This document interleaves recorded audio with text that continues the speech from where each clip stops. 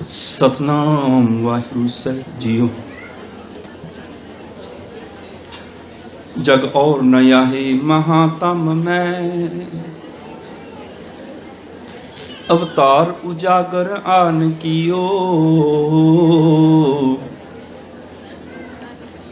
तिनके दुख कोटिक दूर गए, मथुरा जिन अमृत नाम पियो। एह पद्धत ते मत चुकै रे मन, वेद भेद न जान दियो। प्रतक्ष हृदय गुरु अर्जुन कै, हर पूर्ण ब्रह्म निवास लियो। सब तो पहला मਨਾਂ ਨੂੰ ਇਕਾਗਰਤ ਕਰਨ ਦੇ ਲਈ ਸਤਿਗੁਰੂ ਜੀ ਦੀ ਪਾਵਨ ਬਾਣੀ ਨਾਲ ਜੁੜੀਏ। ਮੈਂ ਇੱਕ ਪੰਕਤੀ ਦਾ ਉਚਾਰਨ ਕਰਾਂਗਾ, सब ने नाल उस तुक का गायन करना है। नारायण नरपत नमस्कार है, ऐसे गुरु को बल बल जाइए। आप मुक्त मोहे तार है, आप मुक्त मोहे तार है, आप मुक्त मोहे तार है, आप मुक्त मोहे तार है, आप मुक्त मोहे तार है, आप मुक्त मोहे तार है।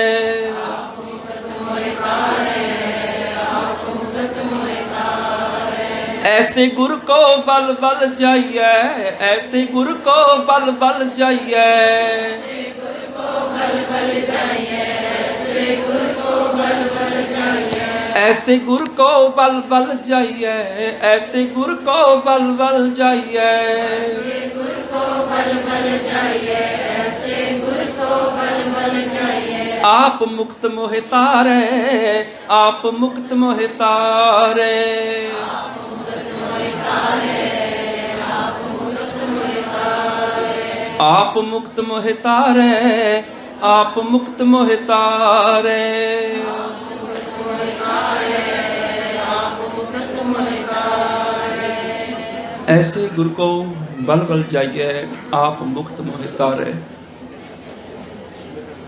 ਸਾਹਿਬ ਧੰਨ ਧੰਨ ਧੰਨ ਧੰਨ ਸਾਹਿਬ ਸ੍ਰੀ ਗੁਰੂ ਅਰਜਨ ਦੇਵ ਜੀ ਮਹਾਰਾਜ, ਸ਼ਹੀਦਾਂ ਦੇ ਸਰਤਾਜ, ਸ਼ਾਂਤੀ ਦੇ ਪੁੰਜ, ਬਾਣੇ ਕੇ ਬੋਹਿਥਾ, ਧੀਰਜ ਦੇ ਧੁਰੰਦਰ, ਪਰਉਪਕਾਰ ਦੀ ਮੂਰਤ। ਧੰਨ ਧੰਨ ਧੰਨ ਧੰਨ ਸਾਹਿਬ ਸ੍ਰੀ ਗੁਰੂ ਅਰਜਨ ਦੇਵ ਜੀ ਮਹਾਰਾਜ, ਜਿਨ੍ਹਾਂ ਦਾ ਪਾਵਨ ਸ਼ਹਾਦਤ ਪੁਰਬ ਇਸ ਪਾਵਨ ਅਸਥਾਨ ਤੇ ਗੁਰਦੁਆਰਾ ਗੁਰੂ ਨਾਨਕ ਦਰਬਾਰ ਸੌਥਲ ਵਿਖੇ ਕਈ ਹਫ਼ਤਿਆਂ ਤੋਂ ਲਗਾਤਾਰ ਮਨਾਇਆ ਜਾ ਰਿਹਾ ਹੈ। ਸਤਿਗੁਰੂ ਪਾਤਸ਼ਾਹ ਜੀ ਦੇ ਅੱਜ ਸ਼ਹੀਦੀ ਪੁਰਬ ਦੇ ਉੱਪਰ ਸਾਹਿਬ ਜੀ ਦੇ ਜੀਵਨ ਇਤਿਹਾਸ ਦੇ ਵਿੱਚੋਂ ਸਾਂਝ ਪਾਉਣ ਤੋਂ ਪਹਿਲਾਂ ਆਪ ਸਭ ਮਾਈ ਭਾਈ ਮਨਾਂ ਨੂੰ ਗੁਰਚਰਨਾਂ ਦੇ ਵਿੱਚ ਇਕਾਗਰਤ ਕਰੋ। ਇਹ ਇਤਿਹਾਸ ਕਿਉਂ ਸੁਣਾਣਾ, ਇੱਕ ਛੋਟੀ ਜਿਹੀ ਘਟਨਾ ਦਾ ਜ਼ਿਕਰ ਕਰ ਰਿਹਾ ਮੈਂ। ਕਿਸੇ ਜਗ੍ਹਾ ਠੰਡੇ ਜਲ ਦੀ ਸ਼ਰਬਤ ਦੀ ਛਬੀਲ ਲੱਗੀ ਹੋਈ ਸੀ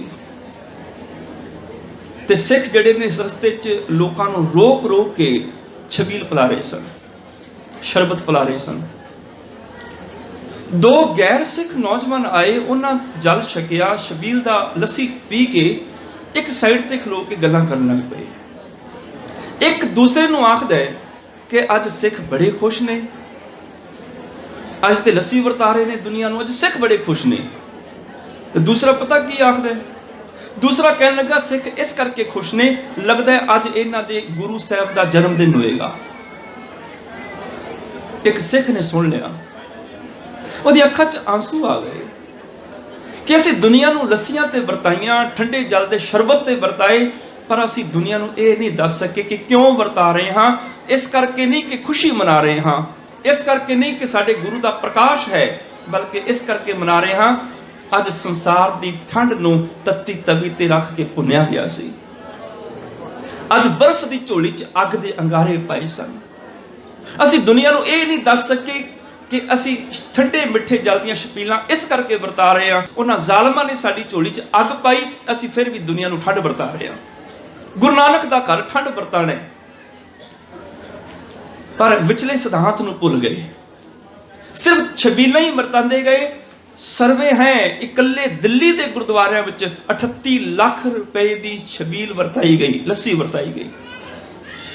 38 ਲੱਖ ਵਿੱਚੋਂ 8 ਲੱਖ ਦੀ ਵਰਤਾ ਦਿੰਦੇ, 30 ਲੱਖ ਦੇ ਨਾਲ ਗੁਰੂ ਸਾਹਿਬਾਨਾਂ ਦੇ ਜੀਵਨ ਇਤਿਹਾਸ ਦਾ ਲਿਟਰੇਚਰ ਬਣ ਦਿੰਦੇ, ਪੈਫਲੇਟ ਛਪਾ ਕੇ ਦੁਨੀਆ ਨੂੰ ਵੰਡਦੇ। ਅਸੀਂ ਕਿਉਂ ਮਨਾ ਰਹੇ ਹਾਂ ਗੁਰੂ?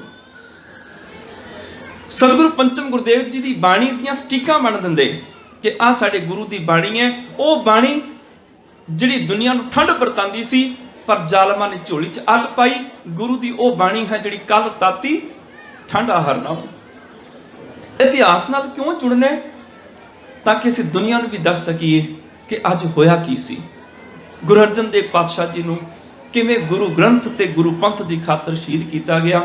ਅੱਜ ਦੀ ਇਤਿਹਾਸ ਦੀ ਵਿਚਾਰ ਨਾਲ ਸਾਂਝ ਪਾਉਣ ਤੋਂ ਪਹਿਲਾਂ ਬੜੇ ਹੀ ਪਿਆਰ ਅਦਬ ਸਹਿਤ ਰਸਪਨੀ ਆਵਾਜ਼ ਵਿੱਚ ਫਤਿਹ ਬੁਲਾਓ ਜੀ। ਵਾਹਿਗੁਰੂ ਜੀ ਕਾ ਖਾਲਸਾ, ਵਾਹਿਗੁਰੂ ਜੀ ਕੀ ਫਤਿਹ। ਜਦੋਂ ਭੱਟ ਸਾਹਿਬਾਨਾਂ ਨੇ ਗੁਰੂ ਅਰਜਨ ਦੇਵ ਪਾਤਸ਼ਾਹ ਦੀ ਸਿਫਤ ਕਰਨੀ ਆਰੰਭ ਕੀਤੀ, ਜਿਹੜਾ ਪਹਿਲਾ ਸਵਈਆ ਹੈ ਨਾ, ਪਹਿਲੇ ਸਵਈਏ ਦੀ ਪਹਿਲੀ ਤੁਕ ਹੈ ਰੱਬ ਦੀ ਸਿਫਤ, ਦੂਸਰੇ ਸਵਈਏ ਤੋਂ ਪੰਚਮ ਗੁਰਦੇਵ ਜੀ ਦੀ ਸਿਫਤ ਆਰੰਭ ਹੈ। ਸਿਮਰਨ ਸੋਈ ਅਚਲ ਪੁਰਖ ਅਬਿਨਾਸ਼ੀ, ਜਿਸ ਸਿਮਰਤ ਦੁਰਮਤ ਮਲ ਨਾਸ਼ੀ। ਮੈਂ ਉਸ ਅਕਾਲ ਪੁਰਖ ਨੂੰ ਸਿਮਰਦਾ ਹਾਂ ਜਿਸ ਪ੍ਰਭੂ ਨੂੰ ਸਿਮਰਦਿਆਂ ਮੇਰੀ ਭੈੜੀ ਮਤ ਖਤਮ ਹੋ ਜਾਂਦੀ ਹੈ, ਭੈੜੀ ਮਤ ਦੀ ਮੈਲ ਮਿਟ ਜਾਂਦੀ ਹੈ। ਅਗਲੀ ਤੁਕ ਸਤਿਗੁਰ ਚਰਨ ਕਮਲ ਰਿਦ ਧਾਰਨ, ਗੁਰ ਅਰਜੁਨ ਗੁਣ ਸਹਿਜ ਵਿਚਾਰਨ। ਮੈਂ ਗੁਰੂ ਅਰਜਨ ਦੇ ਪਾਤਸ਼ਾਹ ਦੇ ਕਮਲ ਵਰਗੇ ਚਰਨਾਂ ਦਾ ਧਿਆਨ ਧਰ ਕੇ ਸਤਿਗੁਰੂ ਪਾਤਸ਼ਾਹ ਜੀ ਦੀ ਸਿਫਤ ਗਾਣ ਲੱਗਿਆ। ਇੱਥੋਂ ਸ਼ੁਰੂਆਤ ਕੀਤੀ ਭੱਟ ਨੇ। ਸਿਫਤ ਕਰਨ ਲੱਗਿਆ ਸਤਿਗੁਰੂ ਦੀ, ਪਰ ਮੇਰੇ ਕੋਲ ਸਮਰੱਥਾ ਨਹੀਂ ਮੈਂ ਗੁਰੂ ਦੀ ਸਿਫਤ ਕਰ ਜਾਵਾਂ। ਮੇਰੇ ਕੋਲ ਦਿਮਾਗ ਨਹੀਂ, ਮੇਰੇ ਕੋਲ ਬੁੱਧੀ ਨਹੀਂ, ਮੇਰੇ ਕੋਲ ਇੰਨੀ ਸਿਆਣਪ ਚਤੁਰਾਈ ਨਹੀਂ ਮੈਂ ਗੁਰੂ ਦੀ ਸਿਫਤ ਕਰ ਲਵਾਂ। ਹਾਂ, ਹੇ ਗੁਰੂ ਅਰਜਨ ਦੇਵ ਪਾਤਸ਼ਾਹ, ਮੈਂ ਤੇਰੇ ਚਰਨਾਂ ਦਾ ਧਿਆਨ ਕਰਦਾ, ਕਿਰਪਾ ਕਰਿਓ ਮੈਂ ਤੇਰੀ ਸਿਫਤ ਗਾ ਸਕਾਂ। ਸਤਿਗੁਰ ਚਰਨ ਕਮਲ ਰਿਦ ਧਾਰਨ, ਗੁਰ ਅਰਜੁਨ ਗੁਣ ਸਹਿਜ ਵਿਚਾਰਨ। ਮੈਂ ਗੁਰੂ ਅਰਜਨ ਦੇਵ ਪਾਤਸ਼ਾਹ ਦੇ ਸੁਭਾਵਕ ਹੀ ਗੁਣਾਂ ਦਾ ਉਚਾਰਨ ਕਰਾਂ, ਅਡੋਲਤਾ ਵਿੱਚ ਟਿਕ ਕੇ। ਯਾਦ ਰੱਖਿਓ, ਭੱਟਾਂ ਦੇ ਸਵਈਆਂ 'ਚ ਵੈਸੇ ਤੇ ਗੁਰੂ ਅਰਜਨ ਦੇਵ ਪਾਤਸ਼ਾਹ ਦਾ ਨਾਮ ਅਸੀਂ ਬਿਲਕੁਲ ਠੀਕ ਲੈਂਦੇ ਹਾਂ, ਐੜਾ ਰਾਰਾ ਜੱਜਾ ਨੰਨਾ, ਪਰ ਭੱਟ ਬ੍ਰਾਹਮਣ ਨੇ, ਸੰਸਕ੍ਰਿਤ ਦੇ ਵਿਦਵਾਨ ਨੇ। ਉਹ ਜਦੋਂ ਉਹ ਗੁਰੂ ਅਰਜਨ ਦੇਵ ਪਾਤਸ਼ਾਹ ਦਾ ਨਾਮ ਉਚਾਰਦੇ ਨੇ, ਪ੍ਰੋਨਾਉਂਸ ਕਰਦੇ ਨੇ, ਉਹ ਉਚਾਰਦੇ ਨੇ ਅਰਜੁਨ ਜੱਜੇ ਨੋਕਣ ਨਾਲ। ਇਸ ਕਰਕੇ ਭੱਟਾਂ ਦੇ ਸਵਈਆਂ 'ਚ ਜਿੱਥੇ ਵੀ ਸਤਿਗੁਰੂ ਜੀ ਦਾ ਨਾਮ ਆਏਗਾ ਅਰਜੁਨ ਹੀ ਆਏਗਾ, ਅਰਜਨ ਨਹੀਂ। ਇੱਥੇ ਵੀ ਅਸੀਂ ਕਈ ਵਾਰੀ ਸੁਣਦੇ ਹਾਂ, ਭੰਨ ਮਥੁਰਾ ਕਛ ਭੇਦ ਨਹੀਂ, ਗੁਰ ਅਰਜੁਨ ਪ੍ਰਤੱਖਿ ਹਰ। ਖੱਖੇ ਦੇ ਪੈਰ 'ਚ ਵੀ ਇਹ ਹੈ ਇੱਥੇ, ਗੁਰ ਅਰਜੁਨ ਪ੍ਰਤੱਖਿ ਹਰ, ਇਹ ਉਚਾਰਨ ਹੈ। ਗੁਰ ਅਰਜੁਨ ਗੁਣ ਸਹਿਜ ਵਿਚਾਰਨ। ਮੈਂ ਗੁਰੂ ਅਰਜਨ ਦੇਵ ਪਾਤਸ਼ਾਹ ਦੇ ਗੁਣਾਂ ਦੀ ਸਿਫਤ ਕਰਨ ਲੱਗਾ ਹਾਂ। ਤੇ ਸਿਫਤ ਪਤਾ ਕਿੱਥੋਂ ਸ਼ੁਰੂ ਕੀਤੀ ਸੀ? ਕਿ ਹੇ ਸਤਿਗੁਰੂ ਗੁਰੂ ਅਰਜਨ ਦੇਵ ਪਾਤਸ਼ਾਹ, ਤੁਸੀਂ ਗੁਰੂ ਰਾਮਦਾਸ ਪਾਤਸ਼ਾਹ ਦੇ ਘਰ ਵਿੱਚ ਭਗਤ ਬਣ ਕੇ ਆਏ। ਗੁਰੂ ਰਾਮਦਾਸ ਪਾਤਸ਼ਾਹ ਦੇ ਘਰ ਵਿੱਚ ਆਏ, ਤੁਹਾਨੂੰ ਜਨਮ ਤੋਂ ਬ੍ਰਹਮ ਦੀ ਦਾਤ ਮਿਲ ਗਈ, ਗੁਰਮਤਿ ਦੀ ਦਾਤ ਮਿਲ ਗਈ। ਰਾਮਦਾਸ ਘਰ ਕੀਓ ਪ੍ਰਗਾਸਾ, ਸਗਲ ਮਨੋਰਥ ਪੂਰੀ ਆਸਾ। ਤੈਂ ਜਨਮਤ ਗੁਰਮਤਿ ਬ੍ਰਹਮ ਪਛਾਣਿਓ, ਕੱਲੇ ਜੋੜ ਕਰ ਸੁਜਸ ਵਖਾਣਿਓ। ਭੱਟ ਕੱਲ ਆਖਦਾ ਸਤਿਗੁਰੂ ਹੱਥ ਜੋੜ ਕੇ ਮੈਂ ਤੇਰੀ ਸਿਫਤ ਗਾਨਾ। ਤੁਸੀਂ ਗੁਰੂ ਰਾਮਦਾਸ ਪਾਤਸ਼ਾਹ ਦੇ ਘਰ ਵਿੱਚ ਪ੍ਰਕਾਸ਼ ਲਿਆ, ਤੇ ਕੇਵਲ ਪ੍ਰਕਾਸ਼ ਨਹੀਂ ਲਿਆ, ਸਭ ਤੋਂ ਮਹਾਨਤਾ ਦੀ ਗੱਲ ਇਹ ਸੀ ਕਿ ਤੁਹਾਨੂੰ ਗੁਰੂ ਰਾਮਦਾਸ ਪਾਤਸ਼ਾਹ ਦੇ ਘਰੋਂ ਜਨਮ ਤੋਂ ਹੀ ਗੁਰਮਤਿ ਦੀ ਦਾਤ ਮਿਲ ਗਈ। ਤੈਂ ਜਨਮਤ ਗੁਰਮਤਿ ਬ੍ਰਹਮ ਪਛਾਣਿਓ, ਜਨਮ ਤੋਂ ਗੁਰਮਤਿ ਮਿਲ ਗਈ। ਯਾਦ ਰੱਖਿਓ, ਇਸ ਤੋਂ ਪਹਿਲੇ 3 ਗੁਰੂ ਸਾਹਿਬਾਨਾਂ ਵਾਸਤੇ ਭੱਟਾਂ ਨੇ ਇਹ ਲਫ਼ਜ਼ ਨਹੀਂ ਵਰਤੇ, ਗੁਰੂ ਅਰਜਨ ਦੇਵ ਪਾਤਸ਼ਾਹ ਵਾਸਤੇ ਲਫ਼ਜ਼ ਵਰਤੇ। ਕਿਉਂ? ਗੁਰੂ ਨਾਨਕ ਪਾਤਸ਼ਾਹ ਧੁਰੋਂ ਗੁਰੂ ਨੇ। ਗੁਰੂ ਅੰਗਦ ਦੇਵ ਪਾਤਸ਼ਾਹ ਨੂੰ ਜਨਮ ਤੋਂ ਗੁਰਮਤਿ ਨਹੀਂ ਮਿਲੀ, ਅਜੇ 30 ਕੁ ਸਾਲਾਂ ਦੇ ਸਨ ਜਦੋਂ ਗੁਰੂ ਨਾਨਕ ਦੇ ਘਰ ਵਿੱਚ ਆਏ, ਫਿਰ ਉਹਨਾਂ ਨੂੰ ਗੁਰਮਤਿ ਦੀ ਦਾਤ ਮਿਲੀ। ਉਸ ਤੋਂ ਪਹਿਲਾਂ ਭਾਈ ਲਹਿਣਾ ਜੀ ਦੇ ਰੂਪ ਵਿੱਚ ਦੁਕਾਨਦਾਰੀ ਕਰਦੇ ਸਨ। ਗੁਰੂ ਅਮਰਦਾਸ ਪਾਤਸ਼ਾਹ ਜੀ ਨੂੰ ਜਨਮ ਤੋਂ ਗੁਰਮਤਿ ਨਹੀਂ ਮਿਲੀ। 60-62 ਸਾਲ ਦੀ ਉਮਰ ਵਿੱਚ ਗੁਰੂ ਅੰਗਦ ਦੇਵ ਪਾਤਸ਼ਾਹ ਦੀ ਸ਼ਰਨ ਵਿੱਚ ਆਏ, फिर उन्होंने गुरमत मिली, फिर उन्होंने गुरबाणी का पता चलिया, गुरु की मत का पता लग्या। गुरु रामदास पातशाह जी को जन्म तो गुरमत नहीं मिली। 7 साल के सन जो बाबा अमरदास जी के कोल आए, तो 11 साल की उम्र सी जो बाबा अमरदास गुरु अमरदास साहब बने, तो 11 साल की उम्र विच गुरु अमरदास पातशाह पासों गुरमत की दात मिली सी। पर धन गुरु अर्जन देव पातशाह जिस दिन प्रकाश होया सतगुरु का, गोद मिली सी नाना गुरु अमरदास साहब जी की। नाने की गोद विच गुरमत सिखी। और जो 11.5 साल की उम्र हुई गुरु रामदास पातशाह की, गुरु अर्जन देव पातशाह की, उदों पिता गुरु रामदास पातशाह गुरु तकदी ते विराजमान हो गए। 11.5 साल की उम्र तक गुरु अमरदास पातशाह ने अपने दोते नूं बाणी नाल जोड़िया। अज भी मुहावरा है, दोहता बाणी का बोहता। ए नाने तेरा फर्ज है दोते नूं बाणी नाल जोड़ना, तेरा रोल मॉडल है गुरु अमरदास पातशाह। हुण देख लो किन्ने कु नाने ने जिहड़े अपने दोतियां पोतियां दी उंगल फड़ के उन्होंने गुरुद्वारे लैके आउंदे ने। किन्ने कु नाने ने वो तो पब्बां क्लबां चले जा रहे हैं, सिनेमियां चले जा रहे हैं, रेस्टोरेंटां चले जा रहे हैं।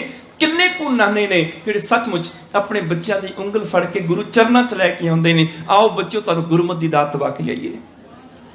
साडे रोल मॉडल गुरु अमरदास साहब पंचम पातशाह का पुरब मना रहे हो, तो याद रखियो नाने अपना फर्ज अदा करन। नाने की गोद विच गुरमत की दात मिली गुरु अर्जन देव पातशाह नूं। पिता की गोद विच 11.5 साल की उम्र तो गुरमत की दात मिलनी शुरू हो गई। तो भट्टां नूं कहना पै गया, तैं जन्मत गुरमत ब्रह्म पछाणियो। तुसी जन्म तो गुरु की मत लैके उस ब्रह्म रब नूं पछाण लिया। उस जमाने गुरमत आम नहीं सी, जन्म तो घट मिलती सी। अज असीं भागां वाले हां, जिन्ने सिख हां सानूं सारिआं नूं जन्म तो गुरमत मिली है। क्यों? साडा घर उन्हां सिखां विच होया, उन्हां सिखां दे घरां च असीं पैदा होए हां जिहड़े सिख गुरबाणी नाल जुड़े ने। साडे दादे परदादे, साडे नाने, असीं उन्हां दे घर पैदा होए हां। इह तुक साडे लई सच हो सकदी है और साडे लई सच होई।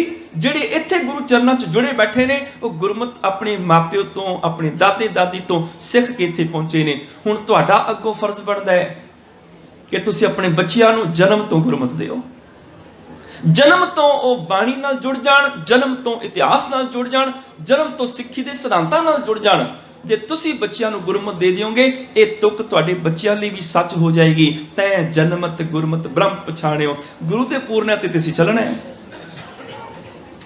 जे गुरु नूं जन्म तो गुरमत प्राप्त होई, साडे बच्चिआं नूं भी मिल सकदी है। गुरु अर्जन देव पातशाह पिता गुरु रामदास पातशाह समर्थ गुरु ने, मां है माता भानी जी। देखो कैसी कमाल दी औरत, जिदा पति गुरु, जिदा पिता गुरु, जिदा पुत्र गुरु, जिदा पोतरा गुरु, जिदा पड़ पोतरा गुरु, वो है बीबी भानी, जिदे परिवार दे विच अनेकां ही बच्चे गुरु नानक दी पदवी दे मालक होए। सतगुरु गुरु अर्जन देव पातशाह दी मां है मां भानी, पिता गुरु रामदास पातशाह ते मां भानी ने होश संभालदियां तो एक गल समझा दी सी, मेरे बेटा साहिबजादे मेरे लाल, बस एक गल याद रखी, तेरे पिता च मोह नहीं है। ये ना सोची कि मोह दे विच गुरु गद्दी दे देगा, मोह दे विच गलतियां मुआफ कर देगा। नहीं, तेरे पिता च मोह नहीं है, वो प्रेम दी मूरत ने। उस कुल कायनात नूं सारी दुनिया नूं एक समान प्रेम करते हैं। जिहड़ा गुरु के हुक्मां नूं कमा लेगा वो गुरु के प्रेम च प्रवाह चढ़ जाएगा। मेरे बच्चे इन्ना याद रखी, मोह नहीं कि गलतियां बख्शियां जाण, इत्थे ते प्रेम है। वड्डे गुरु रामदास पातशाह के पुत्र ने प्रिथी चंद, विचकारले ने महादेव, सब तो छोटे साहिबजादा अर्जन देव ने। मैं बहुते विस्तार च ना जावां क्योंकि शहादत का इतिहास आपां हुणे कुछ मिनटां च शुरू कर देना है। 3 साहिबजादे ने गुरु अमरदास गुरु रामदास पातशाह जी दे, ते प्रिथी चंद जिहड़ा ओहदा हिसाब सिर्फ माया नाल संबंधित है। याद रखियो, जदों असी प्रिथी चंद की तुलना करते हाँ गुरु अर्जन देव पातशाह के मुकाबले वो जीरो है, कुछ भी नहीं। पर जे उसकी तुलना करो तुसी आम आदमी के मुकाबले, तो अपने जमाने का बड़ा सियाणा सुचेत प्रबंधक है। क्योंकि सारा प्रबंध उन्हें सांभिया।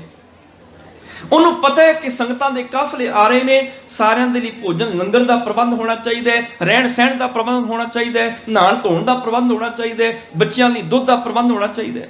एक पासे वो दरबार साहब की उसारी करा रहे हैं, एक पासे वो शहर की उसारी करा रहे हैं, बेघरे लोगों को घर बना के दे रही है, बेरोजगारों वास्ते दुकाना खोल के दे रही है, पिछ समान पा के दे रही है, किन्नियां इट्टां चाहिए ने, चूना चाहिए, की कुछ चाहिए, किन्ने मिस्त्री, सारा प्रबंध वो आप कर रहे। यही कारण दरबार साहब का सारा चढ़ावा प्रिथी चंद के हाथ दे विच है। इस चढ़ावे नूं खर्चदा है, ये गल वखरी, वो दुनियावी मायाधारी इंसान है, जो चढ़ावे नूं खर्चदा है, प्रबंध भी करदा है, नाल नाल विच कपले भी करदा है। इन्हें चूने दे विचों भी काफ़ी धोखा कीता, चूने दे विचों इन्हें चंगी कमाई की। गुरु नानक दे घर दे चढ़ावे दे विचों ने बहुत कुछ लुटिया, ये गल अलग है, पर अपने जमाने का एक सियाणा प्रबंधक है, प्रबंध भी चला रहा है। गुरु रामदास पातशाह देख रहे हैं कि प्रिथी चंद की करता है, गोलक गिनी जा रही है, प्रिथी चंद माया गिन रहे हैं। उस जमाने च नोटां दा प्रचलन नहीं सी हुंदा, सिक्के हुंदे सन, ते सिक्के भी पुराने जमाने वाले। सिक्के गिणदियां गिणदियां प्रिथी चंद दे हाथ काले हो गए। गुरु रामदास पातशाह कोलों लंघे, कहण लगे पुत्तर माया गिणदियां तेरे हाथ काले हो गए ने। कहने लगे हाँ पिता जी मैं धो लवांगा। गुरु रामदास पातशाह कहने लगे पुत्र हाथ काले हो गए, तू धो लेगा, पर देखी एक गुरु नानक दे घर दी माया गिणदियां गिणदियां तेरा मन काला ना हो जाए। मन काला हो गया और ही तेथों धोता जाना। मन ना काला होवे, हाथ काले हो जान, कोई गल नहीं, माया गिणनी ये तेरा फर्ज है, तेरी ड्यूटी है, इसकी संभाल करनी, माया वरतना खर्चना तेरी जिम्मेवारी है। पर देखी मन काला हो गया, गुरु शब्द तो बिना मन धोता नहीं जाता।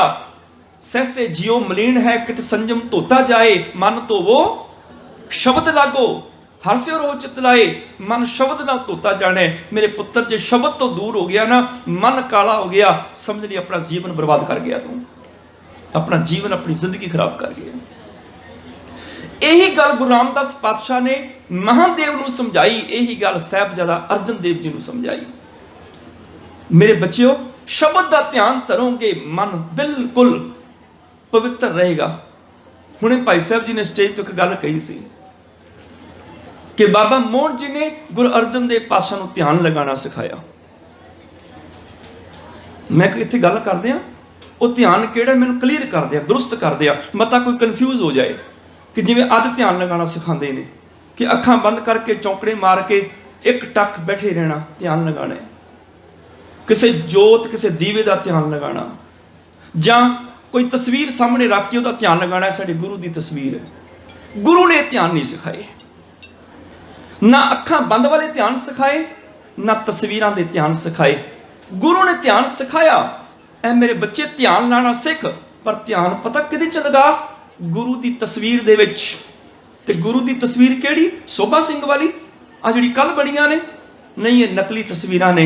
गुरु की तस्वीर है गुरु का शब्द, गुरमूरत गुर शब्द है। जिन्हें गुरु के दर्शन करने ने शब्द नाल जुड़ना पैना है। ते जिस दिन सिखा तू शब्द विच अपना ध्यान टिका देगा ना, समझ ली तेरा ध्यान लग गया। जिस दिन शब्द की विचार करेगा, शब्द नूं समझना, गुरु दे विच ध्यान टिकाउणा है। गुरु की मूरत मन में ध्यान, गुरु की मूर्त विच मन का ध्यान टिकाई। पूछा गुरु की मूर्त केड़ी, कहने लगे शब्द। ध्यान किवें टिकाइए, कहने लगे शब्द नूं समझ आई, यही ध्यान टिकाना है। गुर की मूर्त मन में ध्यान, गुर का शब्द मंत्र मन मान। गुरु दे शब्द दे मंत्र मैंने सिफत नूं तो अपने मन विच टिका लै, गुरु दे शब्द की विचार नूं अपने मन विच टिका लै। समझ नहीं तैनूं ध्यान लाण दी जाच आ गई। ते इह ध्यान लाण वास्ते चौंकड़े नहीं मारने पैंदे, काम कार नहीं छड्डने पैंदे। एक ध्यान जिहड़ा तुसीं दुकान ते सौदा वेचदिआं भी ला सकदे हो। ਇਹ ध्यान जिहड़ा तुसीं बच्चों को पढ़ाई करांदिआं भी ला सकते हो। ये ध्यान ऐसा है तुरदे फिरदे दौड़ते जाते भी ध्यान ला सकते हो। ये वो ध्यान है उठत बैठत सोवत ध्याइए मार्ग चलत हरे हर गाइए। ये वो ध्यान है। सिख जो शब्द की विचार नाल जुड़दा है, समझ लो ध्यान लग गया। ये ध्यान रब के दर्शन करा दिंदा है। ध्यान का मतलब ही एकाग्रता रब नूं देख लेना। मैं छोटी जी उदाहरण दे दिना ਕਿਸੇ ਇਸਤਰੀ ਨੇ ਕੱਪੜੇ ਸਿਉਣੇ ਸਨ। ਉਹਨੇ ਕੀ ਕੀਤਾ, 2 ਕੱਪੜਿਆਂ ਨੂੰ ਜੋੜਿਆ, ਮਸ਼ੀਨ ਦੇ ਵਿੱਚ ਪਾਇਆ ਤੇ ਮਸ਼ੀਨ ਚਲਾਣੀ ਸ਼ੁਰੂ ਕਰ ਦਿੱਤੀ। ਮਸ਼ੀਨ ਚਲਾ ਰਹੀ ਹੈ, ਸਿਲਾਈ ਲੱਗ ਰਹੀ ਹੈ, ਨਜ਼ਰ ਆ ਰਿਹਾ ਹੈ। ਉਹਨੇ ਮਸ਼ੀਨ ਦੇ ਵਿੱਚੋਂ ਕੱਪੜੇ ਨੂੰ ਬਾਹਰ ਕੱਢਿਆ। ਜਦੋਂ ਬਾਹਰ ਕੱਢਿਆ, ਦੋਨੋਂ ਕੱਪੜਿਆਂ ਨੂੰ ਅਲੱਗ ਕੀਤਾ, ਦੋਨੋਂ ਕੱਪੜੇ ਅਲੱਗ ਹੋ ਗਏ। ਉਹ ਦੇਖ ਕੇ ਹੈਰਾਨ ਹੋ ਗਈ ਵੀ ਸਿਲਾਈ ਤੇ ਲੱਗ ਰਹੀ ਸੀ, ਧਾਗਾ ਨਜ਼ਰ ਆ ਰਿਹਾ ਸੀ, ਪਰ ਕੱਪੜੇ ਜੁੜੇ ਨਹੀਂ। ਕਾਰਨ? ਅਗਲੇ ਪਲ ਉਹਨੂੰ ਖਿਆਲ ਆਇਆ, ਉਹ ਮਨਾ ਬਾਹਰੋਂ ਤੇ ਮਸ਼ੀਨ 'ਚ ਮੈਂ ਧਾਗਾ ਪਾ ਦਿੱਤਾ, ਪਰ ਅੰਦਰੋਂ ਫਿਰਕੀ 'ਚ ਧਾਗਾ ਨਹੀਂ ਸੀ ਪਾਇਆ, ਕਿਉਂਕਿ ਬਾਹਰਲਾ ਧਾਗਾ ਤੇ ਮਸ਼ੀਨ ਦੇ ਅੰਦਰ ਫਿਰਕੀ ਵਾਲਾ ਧਾਗਾ ਦੋਨੋਂ ਮਿਲ ਕੇ ਇੱਕ ਵਿਸ਼ੇਸ਼ ਗੰਢ ਲਗਾਉਂਦੇ ਨੇ ਤੇ ਉਹ ਕੱਪੜਾ ਜੁੜ ਜਾਂਦਾ ਹੈ। ਉਹ ਸਿੱਖਾ ਧਿਆਨ ਲਗਾਣਾ ਹੀ ਤੇ ਸ਼ਬਦ ਸੁਰਤ ਦਾ ਮੇਲ ਸਿੱਖ ਲਈ। ਤੇ ਸ਼ਬਦ ਸੁਰਤ ਦਾ ਮੇਲ ਪਤਾ ਕੀ ਹੈ? ਸਿੱਖੀ ਨੂੰ ਇੰਨਾ ਕੰਪਲਿਕੇਟਡ ਕਰ ਦਿੱਤਾ। ਸਾਡੇ ਬੱਚੇ ਆਖਦੇ ਨੇ, ਆ ਸਾਹ ਥਾਂ ਥਾਂ ਨਹੀਂ ਸਾਡੇ ਤੋਂ ਹੁੰਦੇ, ਲਾਈਟਾਂ ਬੁਝਾਓ, ਸਾਹ ਤਾਂ ਠਾਂ ਕਰੋ, ਵਾਹੇ ਅੰਦਰ ਕਰੋ, ਗੁਰੂ ਨੂੰ ਬਾਹਰ ਕੱਢੀ ਜਾਓ। ਇਹ ਧਿਆਨ ਨਹੀਂ। ਸ਼ਬਦ ਸੁਰ ਦਾ ਮੇਲ ਪਤਾ ਕੀ ਹੈ? ਸ਼ਬਦ ਕਹਿੰਦੇ ਨੇ ਗੁਰੂ ਦੇ ਗਿਆਨ ਨੂੰ। ਸ਼ਬਦ ਮੈਨੇ ਗੁਰੂ ਦਾ ਗਿਆਨ, ਗੁਰੂ ਦੀ ਫਿਲਾਸਫੀ, ਗੁਰੂ ਦਾ ਸਿਧਾਂਤ। ਤੇ ਸੁਰਤ ਪਤਾ ਕਿਹੜੀ ਹੈ? ਸੁਰਤ ਹੈ ਸਾਡੀ ਸੋਚ, ਸਾਡੀ ਮਾਨਸਿਕਤਾ, ਸਾਡੀ ਮੈਂਟੈਲਿਟੀ। ਜਿਸ ਦਿਨ ਗੁਰੂ ਦਾ ਸ਼ਬਦ, ਗੁਰੂ ਦਾ ਗਿਆਨ ਸਾਡੀ ਸੋਚ ਵਿੱਚ ਆ ਕੇ ਵਸ ਗਿਆ, ਸਮਝ ਲਓ ਸ਼ਬਦ ਤੇ ਸੁਰਤ ਦਾ ਮੇਲ ਹੋ ਗਿਆ।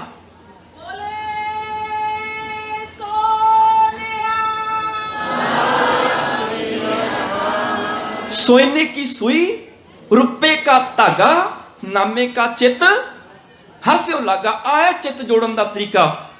सिर्फ जबानी शब्द पढ़ोगे कोई समझ नहीं आएगी। जिस दिन शब्द को विचार के अपनी सोच विच ले आओगे, उस दिन शब्द के नाल तुहाडी सुरत जुड़ जाएगी। इनू कहते हैं शब्द सुरत का मेल। जिस दिन गुरु का ज्ञान तुहाडी सोच विच आ गया, तुसी गुरु नाल जुड़ जाओगे, रब नाल जुड़ जाओगे। ਤੇ ਇਹ ਜਿਹੜਾ ਸ਼ਬਦ ਸੁਰ ਦਾ ਮੇਲ ਹੈ ਤੁਹਾਨੂੰ ਜ਼ਿੰਦਗੀ 'ਚ ਪਾਪ ਨਹੀਂ ਕਰਨ ਦੇਗਾ। ਉਦਾਹਰਨ ਦੇ ਤੌਰ ਤੇ ਤੁਹਾਡੇ ਅੰਦਰ ਸੋਚ, ਗੁਰੂ ਦਾ ਸ਼ਬਦ ਵਸ ਗਿਆ, ਬੋਲੀ ਹੈ ਸੱਚ ਧਰਮ, ਝੂਠ ਨਾ ਬੋਲੀ ਹੈ। ਤੁਹਾਡੀ ਸੁਰਤ ਵਿੱਚ ਗੁਰੂ ਦਾ ਗਿਆਨ ਟਿਕ ਗਿਆ ਵੀ ਸੱਚ ਬੋਲਣਾ ਹੈ, ਝੂਠ ਨਹੀਂ ਬੋਲਣਾ। ਕੱਲ ਝੂਠ ਬੋਲਣ ਲੱਗੋਗੇ, ਉਹ ਸੁਰਤ ਆਵਾਜ਼ ਦੇਗੀ ਗੁਰੂ ਦੇ ਸ਼ਬਦ ਦੀ, ਤੇਰੇ ਗੁਰੂ ਨੇ ਕਿਹਾ ਸੀ ਸੱਚ ਬੋਲੀ, ਝੂਠ ਨਾ ਬੋਲੀ। ਸਿੱਖ ਰੁਕ ਜਾਏਗਾ। ਅਜੇ ਬੋਤਲ ਖੋਲ ਕੇ ਪੀਣੀ ਲੱਗਿਆ ਤੇ ਗੁਰੂ ਨੇ ਆਵਾਜ਼ ਦੇ ਦਿੱਤੀ ਸੁਰਤ ਵਿੱਚੋਂ, ਜਿਤ ਪੀਤੈ ਮਤ ਦੂਰ ਹੋਏ, ਬਰਲ ਪਵੈ ਵਿੱਚ ਆਏ, ਆਪਣਾ ਪਰਾਇਆ ਨਾ ਪਛਾਣੀ, ਖਸਮੋਂ ਧੱਕੇ ਖਾਏ। ਰੱਬ ਕੋਲੋਂ ਧੱਕੇ ਖਾਏਗਾ। ਉਸੇ ਪਲ ਮਨੁੱਖ ਰੁਕ ਗਿਆ। ਇਹਨੂੰ ਕਹਿੰਦੇ ਨੇ ਸ਼ਬਦ ਸੁਰਤ ਦਾ ਮੇਲ। ਤੁਰੇ ਜਾਂਦਿਆਂ, ਕੰਮ ਕਾਰ ਕਰਦਿਆਂ, ਗਰੀਬ ਦਾ ਹੱਕ ਮਾਰਨ ਲੱਗਿਆ ਯਾਦ ਰਵੇ, ਨਿੰਦਾ ਚੁਗਲੀ ਝੂਠ ਬੋਲਣ ਲੱਗਿਆ ਯਾਦ ਰਹੇ। ਜਿਸ ਦਿਨ ਗੁਰੂ ਦਾ ਸ਼ਬਦ ਤੁਹਾਡੀ ਸੋਚ ਵਿੱਚ ਟਿਕ ਗਿਆ, ਤੁਹਾਨੂੰ ਗੁਰੂ ਦਾ ਗਿਆਨ ਆ ਗਿਆ, ਸਮਝ ਲਓ ਸ਼ਬਦ ਸੁਰਤ ਦਾ ਮੇਲ ਹੋ ਗਿਆ। ਨਾ ਤੁਹਾਨੂੰ ਅੱਖਾਂ ਬੰਦ ਕਰਨ ਦੀ ਲੋੜ ਪੈਣੀ, ਨਾ ਲਾਈਟਾਂ ਬੰਦ ਕਰਨ ਦੀ ਲੋੜ ਪੈਣੀ। ਗੱਲ ਤੇ ਸ਼ਬਦ ਨੂੰ ਸਮਝਣ ਦੀ ਹੈ। ਸਤਿਗੁਰੂ ਨੇ ਧਿਆਨ ਲਗਾਉਣਾ ਸਿਖਾਇਆ।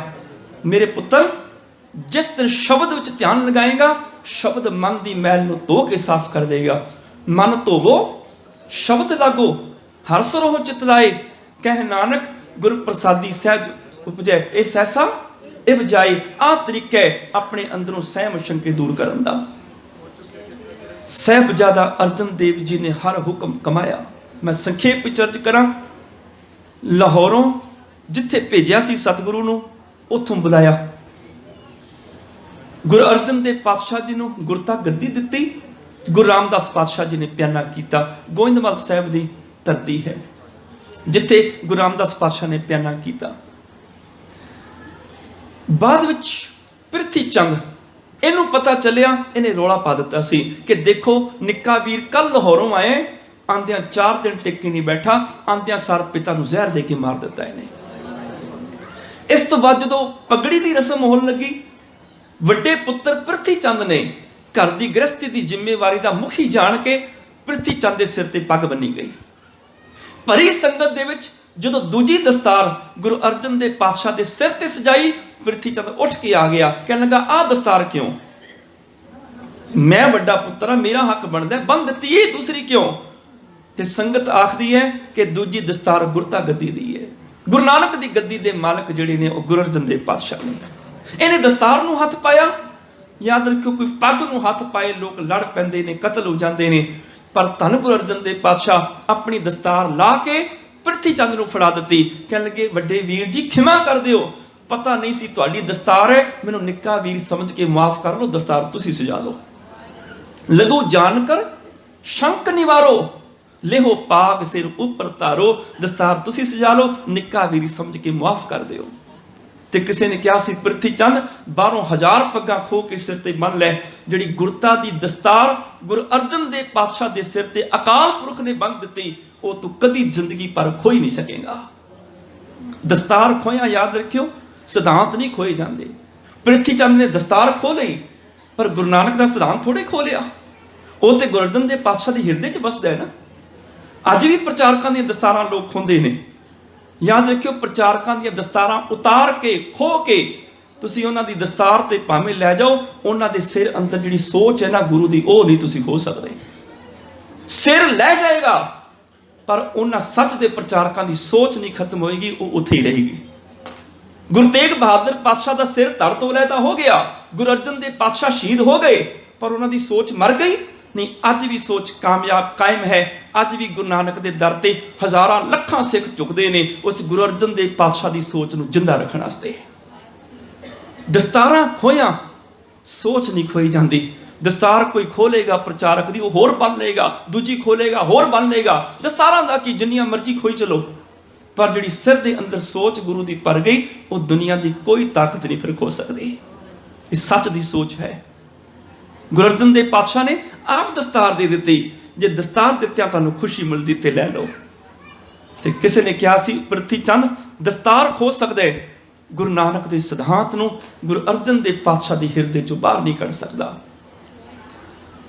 ਇਸ ਤੋਂ ਬਾਅਦ ਗੁਰੂ ਅਰਜਨ ਦੇਵ ਪਾਤਸ਼ਾਹ ਗੁਰਤਾ ਤੇ ਬੈਠੇ ਹੀ ਨੇ। ਹਾਲਾਂਕਿ ਸਮਾਂ ਬਿਲਕੁਲ ਥੋੜਾ, ਮੈਂ ਜਲਦੀ ਦੇ ਵਿੱਚ ਇਤਿਹਾਸ ਨੂੰ ਅੱਗੇ ਕਰਦਾ ਜਾਵਾਂ।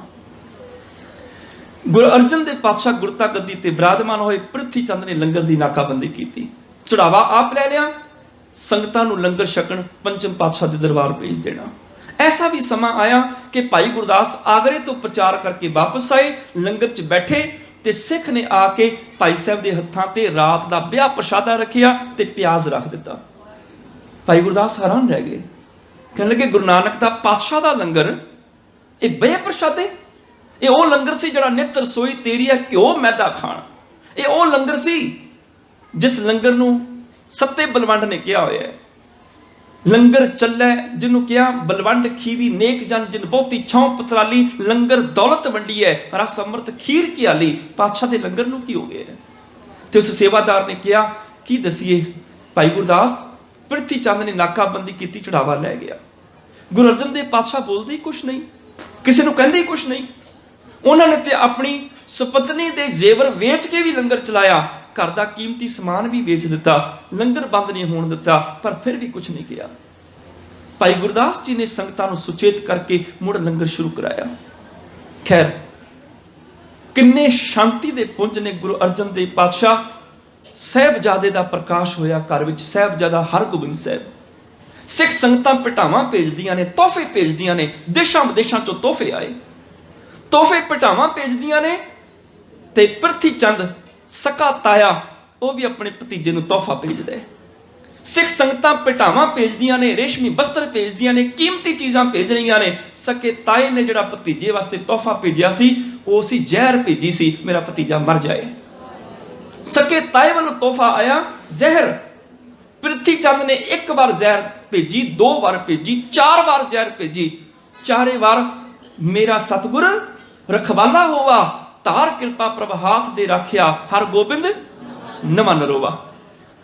ਸਕਾ ਭਰਾ ਪੁੱਤਰ ਵਾਸਤੇ ਜ਼ਹਿਰ ਭੇਜਦਾ, 4 ਵਾਰ ਹਮਲੇ ਕੀਤੇ, ਪਰ ਧੰਨ ਗੁਰੂ ਅਰਜਨ ਦੇਵ ਪਾਤਸ਼ਾਹ ਇਹ ਰਾਮਸਰ ਸਰੋਵਰ ਦੇ ਕਿਨਾਰੇ ਬੈਠ ਕੇ ਸ਼ਾਂਤ ਚਿੱਤ ਇਕਾਗਰ ਹੋ ਕੇ ਗੁਰੂ ਗ੍ਰੰਥ ਸਾਹਿਬ ਦੀ ਬੀੜ ਲਿਖਾ ਰਹੇ ਨੇ। ਕਿੱਡੀ ਇਕਾਗਰਤਾ ਹੈ। ਸਾਡੇ ਬੱਚੇ ਨੂੰ ਕੁਝ ਹੋ ਜਾਏ ਨਾ, ਅਸੀਂ ਹਿੱਲ ਜਾਂਦੇ ਹਾਂ, ਪਰ ਗੁਰੂ ਅਰਜਨ ਦੇਵ ਪਾਤਸ਼ਾਹ ਦੇ ਪੁੱਤਰ ਤੇ 4 ਵਾਰ ਮਾਰਨ ਦੀ ਕੋਸ਼ਿਸ਼ ਕੀਤੀ। ਸਤਿਗੁਰੂ ਰਾਮਸਰ ਤੋਂ ਨਹੀਂ ਆਏ, ਉੱਥੇ ਟਿਕੇ ਨੇ, 1.25 ਸਾਲ ਉੱਥੇ ਰਹਿ ਕੇ ਗੁਰੂ ਗ੍ਰੰਥ ਸਾਹਿਬ ਦੀ ਸੰਪਾਦਨਾ ਕੀਤੀ। ਧੰਨ ਗੁਰੂ ਅਰਜਨ ਦੇਵ ਪਾਤਸ਼ਾਹ ਸ਼ਾਂਤੀ ਦੇ ਪੁੰਜ ਨੇ। ਇੱਥੇ ਹੀ ਕਾਨਾ ਪੀਲੂ ਛੱਜੂ ਸ਼ਾਹ ਹੁਸੈਨ, ਇਹ ਵੀ ਆਏ ਸੀ ਆਪਣੀ ਕਵਿਤਾਵਾਂ ਚੁੱਕ ਕੇ। ਅਸੀਂ ਵੀ ਭਗਤਾਂ, ਸਾਡੀਆਂ ਕਵਿਤਾ ਦਰਜ ਕਰੋ। ਸਤਿਗੁਰੂ ਨੇ ਪਾਤਸ਼ਾਹ ਨੇ ਕਵਿਤਾ ਸੁਣੀਆਂ, ਕਹਿ ਦਿੱਤਾ ਇਹ ਗੁਰਮਤਿ ਦੇ ਅਨੁਸਾਰ ਮੇਲ ਨਹੀਂ ਖਾਂਦੀਆਂ। ਤੇ ਇਹ ਭਗਤ ਕਹਿਣ ਲੱਗੇ ਦੇਖ ਲਾਂਗੇ ਤੁਹਾਨੂੰ, ਸਾਡੀ ਬੜੀ ਉੱਤੇ ਤੱਕ ਪਹੁੰਚ ਹੈ, ਅਸੀਂ ਦੇਖ ਲਵਾਂਗੇ ਤੁਹਾਡੇ ਗੁਰੂ ਨਾਨਕ ਦੇ ਘਰ ਨੂੰ ਅਸੀਂ ਬੰਦ ਕਰਾ ਦੇਵਾਂਗੇ, ਤੁਹਾਨੂੰ ਖਤਮ ਕਰਾ ਦੇਵਾਂਗੇ। ਇਹ ਉਹ ਜ਼ਾਲਮ ਨੇ ਜਿਨ੍ਹਾਂ ਨੇ ਜਹਾਂਗੀਰ ਦੇ ਕੰਨ ਭਰੇ ਗੁਰੂ ਅਰਜਨ ਦੇਵ ਪਾਤਸ਼ਾਹ ਨੂੰ ਸ਼ਹੀਦ ਕਰਾਉਣ ਵਾਸਤੇ। ਪਰ ਅੱਜ ਪੰਜਾਬ ਦੀ ਧਰਤੀ ਇਹਨਾਂ ਹੀ ਪਾਪੀਆਂ ਦੀਆਂ ਕਵਿਤਾਵਾਂ ਬੱਚਿਆਂ ਨੂੰ ਸਕੂਲਾਂ 'ਚ ਪੜ੍ਹਾਈਆਂ ਜਾਂਦੀਆਂ ਨੇ। ਪੰਜਾਬ ਦੀ ਧਰਤੀ ਸਿੱਖਾਂ ਦਾ ਘਰ ਹੋਵੇ ਤੇ ਸਿੱਖਾਂ ਦੇ ਘਰ ਵਿੱਚ ਗੁਰੂ ਅਰਜਨ ਦੇਵ ਪਾਤਸ਼ਾਹ ਦੇ ਵਿਰੋਧੀ ਦੀਆਂ ਕਵਿਤਾਵਾਂ ਸਿੱਖ ਬੱਚਿਆਂ ਨੂੰ ਪੜ੍ਹਾਈਆਂ ਜਾਂਦੀਆਂ ਹੁਣ ਸਕੂਲਾਂ ਵਿੱਚ। ਇਦੋਂ ਵੱਡੀ ਕੌਮ ਦੇ ਲਈ ਬਦਕਿਸਮਤੀ ਦੀ ਗੱਲ ਕੀ ਹੈ? ਇਹਨਾਂ ਛੱਜੂ ਪੀਲੂ ਸ਼ਾਹ ਹੁਸੈਨ ਦੀਆਂ ਕਵਿਤਾਵਾਂ ਬੱਚਿਆਂ ਨੂੰ ਸਕੂਲਾਂ 'ਚ ਲੱਗੀਆਂ ਹੋਈਆਂ ਨੇ। ਬਦਕਿਸਮਤੀ ਸਿੱਖ ਕੌਮ ਦੀ, ਅਸੀਂ ਸੁੱਤੇ ਪਏ ਹਾਂ। ਇਸ ਤੋਂ ਬਾਅਦ ਸੰਖੇਪ ਚਰਜ ਕਰਾਂ, ਸਖੀ ਸਰਵਰੀਆਂ ਨੇ ਅੱਤ ਚੁੱਕੀ। ਇਹਨਾਂ ਦਾ ਵਿਦਵਾਨ ਸੀ ਸ਼ੇਖ ਅਹਿਮਦ ਸਰਹੰਦੀ। ਇਹਨੇ ਕਿਹਾ ਵੀ ਜੇ ਪੂਰੇ ਭਾਰਤ ਵਿੱਚ ਇਸਲਾਮ ਫੈਲਾਣਾ ਤੇ ਰਾਜ ਸ਼ਕਤੀ ਪਿੱਛੇ ਚਾਹੀਦੀ ਹੈ। ਇਹਨੇ ਪਹੁੰਚ ਕੀਤੀ ਜਹਾਂਗੀਰ ਬਾਦਸ਼ਾਹ ਦੇ ਜਰਨੈਲ ਤੱਕ। ਸ਼ੇਖ ਫਰੀਦ ਬੁਖਾਰੀ ਉਹਦਾ ਨਾਮ ਹੈ, ਜਿਹਨੂੰ ਮੁਰਤਜ਼ਾ ਖਾਨ ਦਾ ਅਵਾਰਡ ਮਿਲਿਆ ਹੋਇਆ। ਆ ਜਿਹੜੇ ਪੇਪਰ ਇੱਥੇ ਵਰਤਾਏ ਜਾ ਰਹੇ ਨੇ, ਗੁਰੂ ਅਰਜਨ ਦੇਵ ਪਾਤਸ਼ਾਹ ਦੀ ਸ਼ਹੀਦੀ ਦੇ 10 ਕਾਰਨ ਨੇ, ਇਹ ਲੈ ਕੇ ਜਾਇਓ ਤੇ ਜ਼ਰੂਰ ਪੜ੍ਹਿਓ 10 ਕਾਰਨ ਕੀ ਨੇ, ਸਤਿਗੁਰੂ ਨੂੰ ਕਿਉਂ ਸ਼ਹੀਦ ਕੀਤਾ ਗਿਆ। ਆਪ ਪੜ੍ਹਿਓ, ਘਰ ਜਾ ਕੇ ਬੱਚਿਆਂ ਨੂੰ ਪੜ੍ਹਾਇਓ, ਆਂਢ ਗੁਆਂਢ ਨੂੰ ਦੱਸਿਓ ਵੀ ਅੱਜ ਦੇ ਦਿਨ ਆ ਸਤਿਗੁਰੂ ਪਾਤਸ਼ਾਹ ਤੇ ਜ਼ੁਲਮ ਕਰਨ ਵਾਲੇ ਜ਼ਾਲਮ ਸਨ ਜਿਨ੍ਹਾਂ ਨੇ ਸਤਿਗੁਰੂ ਨੂੰ ਸ਼ਹੀਦ ਕਰਾਇਆ। ਸ਼ੇਖ ਅਹਿਮਦ ਸਰਹੰਦੀ, ਇਹਨੇ ਪਹੁੰਚ ਕੀਤੀ ਸ਼ੇਖ ਫਰੀਦ ਬੁਖਾਰੀ ਤੱਕ, ਜਿਹੜਾ ਜਰਨੈਲ ਹੈ ਮੁਰਤਜ਼ਾ ਖਾਨ ਇਹਦੀ ਪਦਵੀ ਹੈ। ਤੇ ਸ਼ੇਖ ਫਰੀਦ ਬੁਖਾਰੀ ਆਖਦਾ ਮੈਂ ਦੇਖ ਲਵਾਂਗਾ। ਇਹਨੇ ਜਹਾਂਗੀਰ ਦੇ ਕੰਨ ਭਰਨੇ ਸ਼ੁਰੂ ਕਰ ਦਿੱਤੇ। ਜਹਾਂਗੀਰ ਖੁਦ ਆਪਣੀ ਸਵੈ ਜੀਵਨੀ 'ਚ ਲਿਖਦਾ ਹੈ ਕਿ 3-4 ਪੁਸ਼ਤਾਂ ਤੋਂ ਝੂਠ ਦੀ ਦੁਕਾਨ ਗਰਮ ਹੈ। ਹਿੰਦੂ ਵੀ ਸਿੱਖ ਬਣ ਰਹੇ ਨੇ, ਭੋਲੇ ਭਾਲੇ ਮੁਸਲਮਾਨ ਵੀ ਸਿੱਖ ਬਣ ਰਹੇ ਨੇ। ਕਿਉਂ ਨਾ ਇਸ ਗੁਰੂ ਨਾਨਕ ਦੇ ਘਰ ਦੀ ਦੁਕਾਨ ਨੂੰ ਜਾਂ ਤੇ ਇਸਲਾਮਕ ਦਾਇਰੇ ਵਿੱਚ ਲੈ ਆਵਾਂ ਤੇ ਜਾਂ ਫਿਰ ਹਮੇਸ਼ਾ ਲਈ ਖਾਮੋਸ਼ ਕਰ ਦਿਆਂ, ਹਮੇਸ਼ਾ ਲਈ ਦੁਕਾਨ ਬੰਦ ਕਰ ਦਿਆਂ। ਇਹ ਆਪ ਲਿਖਦਾ ਜਹਾਂਗੀਰ ਬਾਦਸ਼ਾਹ। ਤੇ ਘਟਨਾ ਪਤਾ ਕੀ ਹੋਈ, ਬਹਾਨਾ ਕੀ ਮਿਲਿਆ? ਜਹਾਂਗੀਰ ਬਾਦਸ਼ਾਹ ਦੇ ਖਿਲਾਫ ਬਗਾਵਤ ਕਰ ਦਿੱਤੀ ਉਹਦੇ ਪੁੱਤਰ ਖੁਸਰੋ ਨੇ। ਜਦੋਂ ਬਗਾਵਤ ਕੀਤੀ ਤੇ ਜਹਾਂਗੀਰ ਬਾਦਸ਼ਾਹ ਨੇ ਆਪਣੀਆਂ ਫੌਜਾਂ ਭੇਜੀਆਂ, ਜਿੱਥੇ ਜਿੱਥੇ ਬਾਗੀ ਸਨ ਸਾਰਿਆਂ ਨੂੰ ਮਾਰ ਦਿੱਤਾ ਗਿਆ। ਖੁਸਰੋ ਭੱਜਿਆ ਪਰ ਰਸਤੇ 'ਚ ਵੀ ਮਾਰਿਆ ਗਿਆ ਤੇ ਇਹ ਗੋਇੰਦਵਾਲ ਸਾਹਿਬ ਦੇ ਕੋਲੋਂ ਦੀ ਲੰਘ ਕੇ ਗਿਆ ਸੀ। ਹੁਣ ਸਾਰੇ ਬਾਗੀ ਮਾਰ ਦਿੱਤੇ ਗਏ, ਸਜ਼ਾਵਾਂ ਦੇ ਦਿੱਤੀਆਂ। ਉਸ ਤੋਂ ਬਾਅਦ ਸ਼ੇਖ ਅਹਿਮਦ ਸਰਹੰਦੀ ਵਾਪਸ ਆਇਆ, ਸ਼ੇਖ ਫਰੀਦ ਬੁਖਾਰੀ ਵਾਪਸ ਆਇਆ, ਮੁਰਤਜ਼ਾ ਖਾਨ। ਇਹਨਾਂ ਦੋਨਾਂ ਨੇ ਰਲ ਕੇ ਸਲਾਹ ਬਣਾਈ ਕਿ ਖੁਸਰੋ ਦੇ ਬਾਗੀਆਂ ਨੂੰ ਤੇ ਮਾਰਿਆ ਹੀ ਹੈ, ਕਿਉਂ ਨਾ ਗੁਰੂ ਅਰਜਨ ਦੇਵ ਪਾਤਸ਼ਾਹ ਦਾ ਨਾਮ ਵੀ ਵਿੱਚੇ ਲੈ ਦੋ, ਇਹ ਵੀ ਬਾਗੀ ਸੀ। ਇਹਨਾਂ ਨੇ ਸ਼ਿਕਾਇਤ ਲਗਾਈ ਜਹਾਂਗੀਰ ਬਾਦਸ਼ਾਹ ਨੂੰ, ਦੇਖ ਜਹਾਂਗੀਰ ਬਾਦਸ਼ਾਹ, ਤੇਰੇ ਪੁੱਤਰ ਦੀ ਮਦਦ ਕੀਤੀ ਹੈ ਗੁਰੂ ਅਰਜਨ ਦੇਵ ਪਾਤਸ਼ਾਹ ਨੇ। ਇੱਕ ਤੇ ਤੇਰਾ ਪੁੱਤਰ ਗੋਇੰਦਵਾਲ ਸਾਹਿਬ ਵਿਖੇ ਗਿਆ ਗੁਰੂ ਅਰਜਨ ਦੇਵ ਪਾਤਸ਼ਾਹ ਕੋਲ, ਉੱਥੇ ਉਹਨੇ ਲੰਗਰ ਵੀ ਛਕਿਆ, ਸਤਿਗੁਰੂ ਨੇ ਉਹਦੇ ਮੱਥੇ ਤੇ ਤਿਲਕ ਵੀ ਲਾਇਆ ਤੇ ਜਿੱਤ ਦੀ ਅਸ਼ੀਰਵਾਦ ਦਿੱਤੀ ਹੈ। ਤੇ ਜਹਾਂਗੀਰ ਤੇ ਚਾਹੁੰਦਾ ਸੀ ਕੋਈ ਬਹਾਨਾ ਮਿਲੇ ਤੇ ਮੈਂ ਗੁਰੂ ਨਾਨਕ ਦੇ ਘਰ ਨੂੰ ਖਤਮ ਕਰਾਵਾਂ। ਕਹਿਣ ਲੱਗਾ ਅੱਛਾ ਇਹ ਗੱਲ ਹੈ। ਮੁਰਤਜ਼ਾ ਖਾਨ ਨੂੰ ਕਿਹਾ ਤੂੰ ਆਪ ਜਾ ਕੇ ਸਤਿਗੁਰੂ ਨੂੰ ਗ੍ਰਿਫਤਾਰ ਕਰਕੇ ਲੈ ਕੇ ਆ। ਮੁਰਤਜ਼ਾ ਖਾਨ ਆਪ ਗਿਆ। ਯਾਦ ਰੱਖਿਓ ਇਹ ਕਹਾਣੀ ਜਿਹੜੀ ਘੜੀ ਸੀ ਝੂਠ ਦਾ ਪੁਲੰਦਾ ਸੀ। ਪਹਿਲੀ ਗੱਲ, ਗੁਰੂ ਨਾਨਕ ਦੇ ਘਰ ਦੇ ਵਿੱਚ ਅਕਬਰ ਵੀ ਆਇਆ ਸੀ, ਲੰਗਰ ਛਕ ਗਿਆ, ਕੀ ਫਰਕ ਪੈਂਦਾ? ਜੇ ਉਹਦਾ ਪੁੱਤਰ ਪੋਤਰਾ ਆ ਕੇ ਲੰਗਰ ਛਕ ਜਾਏ ਤੇ ਕੀ ਫਰਕ ਪੈਂਦਾ? ਕੋਈ ਫਰਕ ਨਹੀਂ ਪੈਂਦਾ। ਦੂਜੀ ਗੱਲ, ਗੁਰੂ ਅਰਜਨ ਦੇਵ ਪਾਤਸ਼ਾਹ ਤੇ ਅੰਮ੍ਰਿਤਸਰ ਸਾਹਿਬ ਦੀ ਧਰਤੀ ਤੇ ਸਨ, ਗੋਇੰਦਵਾਲ ਸਾਹਿਬ ਤੇ ਹਾਈ ਨਹੀਂ ਸਨ। ਤੀਸਰਾ ਸਭ ਤੋਂ ਵੱਡਾ ਝੂਠ ਇਹ ਹੈ, ਤਿਲਕ ਲਾਇਆ। ਗੁਰੂ ਨਾਨਕ ਦੇ ਘਰ ਤਿਲਕ ਨਹੀਂ ਲਾਏ ਜਾਂਦੇ, ਇੱਥੇ ਤਿਲਕ ਨੂੰ ਕੋਈ ਪ੍ਰਧਾਨਤਾ ਨਹੀਂ ਹੈ। ਗੁਰਬਾਣੀ ਤੇ ਸਾਫ਼ ਆਖਦੀ ਹੈ, ਗਲ ਮਾਲਾ ਤਿਲਕ ਲਿਲਾਟੰ ਦੋਇ ਧੋਤੀ ਬਸਤਰ ਕਪਾਟੰ ਜੇ ਜਾਣਸ ਬ੍ਰਹਮੰ ਕਰਮੰ ਸਭ ਫੋਕਟ ਨਿਸ਼ਚੋ ਕਰਮ। ਇਹ ਸਾਰੇ ਫੋਕਟ ਕਰਮ ਕਾਂਡ ਨੇ। ਅੱਜ ਕਈ ਸਿੱਖ ਵੀ ਤਿਲਕ ਲਵਾਈ ਜਾਂਦੇ ਨੇ, ਪਰ ਗੁਰੂ ਨਾਨਕ ਦੇ ਘਰ 'ਚ ਤਿਲਕ ਨੂੰ ਕੋਈ ਥਾਂ ਨਹੀਂ। ਤਿੰਨੇ ਗੱਲਾਂ ਝੂਠ ਸੀ। ਮੁਰਤਜ਼ਾ ਖਾਨ ਆਇਆ ਗ੍ਰਿਫਤਾਰ ਕਰਨ ਵਾਸਤੇ। 22 ਮਈ ਨੂੰ ਇਹ ਪਹੁੰਚਿਆ। ਸਤਿਗੁਰੂ 15 ਮਈ ਨੂੰ ਗੁਰੂ ਹਰਗੋਬਿੰਦ ਸਾਹਿਬ ਪਾਤਸ਼ਾਹ ਨੂੰ ਗੁਰਤਾ ਗੱਦੀ ਤੇ ਬਿਠਾ ਦਿੱਤਾ ਸੀ। 20 ਮਈ ਤੱਕ ਸਾਰਿਆਂ ਨੂੰ ਸਮਝਾ ਦਿੱਤਾ ਸੀ ਕਿ ਸ਼ਾਂਤਮਈ ਢੰਗ ਨਾਲ ਚੱਲੇ ਆ, ਨਾ ਗੱਲ ਬਣੇ ਸ਼ਾਂਤਮਈ ਢੰਗ ਨਾਲ, ਫਿਰ ਹੱਥ 'ਚ ਸ੍ਰੀ ਸਾਹਿਬ ਫੜ ਕੇ ਨਾ ਜ਼ਾਲਮਾਂ ਦਾ ਟਾਕਰਾ ਕਰਿਓ। ਫਿਰ ਜ਼ੁਲਮ ਅੱਗੇ ਗੋਡੇ ਟਿਕਣੇ ਚੰਗੀ ਗੱਲ ਨਹੀਂ ਹੈ। 22 ਮਈ ਨੂੰ ਮੁਰਤਜ਼ਾ ਖਾਨ ਲੈਣ ਵਾਸਤੇ ਆਇਆ। ਸਤਿਗੁਰੂ ਪਾਤਸ਼ਾਹ ਨੇ ਭਰੀ ਪਰਿਵਾਰ ਦੇ ਵਿੱਚੋਂ, ਸੰਗਤ ਦੇ ਵਿੱਚੋਂ ਵਿਦਾਇਗੀ ਲਈ। ਸੁਪਤਨੀ ਮਾਂ ਨੇ, ਮਾਤਾ ਗੰਗਾ ਜੀ ਨੇ ਆਪਣੇ ਹੱਥੀਂ ਤੋਰਿਆ ਸੀ। पुत्र गुरु हरगोबिंद साहब पातशाह सामने खड़े ने, पिता नूं नमस्कार कीती, सारी संगत नाल चल पई। अमृतसर की हदूद पहुंच के सतगुरु पातशाह ने संगत नूं वापस मोड़ दिता, तुसीं घरां नूं जाओ। 5 सिख नाल तुरे सन, भाई बिधि चंद पैड़ा जी, भाई पुराणा जी ते भाई परागा जी, भाई लंगा जी। 5 नूं लाहौर जाके उन्होंने वापस भेज दिता सी। लाहौर सतगुरु पातशाह जी नूं 2 दिन भुखे प्यासे रखिया गया। याद रखियो, जिहड़ी सूरजी तरीक है ना, अज असीं मना रहे हां जेठ सुदी चौथ चंद्रमा की तरीक। असीं कहने हां गुरु अर्जन देव पातशाह की शहीदी साडी खातर होई, विप्रवाद के खिलाफ होई। पर याद रखियो, विप्रवाद का विक्रमी कैलेंडर अज भी असीं मना रहे हां। जेठ सुदी चौथ सतगुरु पातशाह की शहादत हुई सी 2 हाड़ नूं। सूरजी कैलेंडर जिहड़ा नानकशाही कैलेंडर ना साडा, जिहदा 2003 च कतल किया गया, ਉਹਦੇ मुताबिक 2 हाड़ सतगुरु पातशाह का शहीदी पुरब है। चंद्रमा विक्रमी ब्राह्मणा वाली तरीक जेठ सुदी चौथ नहीं है जिहड़ी अज मना रहे हैं असीं, पर मना पंचम पातशाह की शहादत रहे हैं, पर बिल्कुल विक्रमी कैलेंडर विप्रवाद नूं मन के मना रहे हैं। गोडे टेक दिते ब्राह्मण सामने, हे ब्राह्मण तू दसिया कर साडे गुरु अर्जन देव पातशाह की शहीदी कदों होई सी, असीं तां मनाया करांगे। तरीकां असीं उन्हां तों पुछदे हां।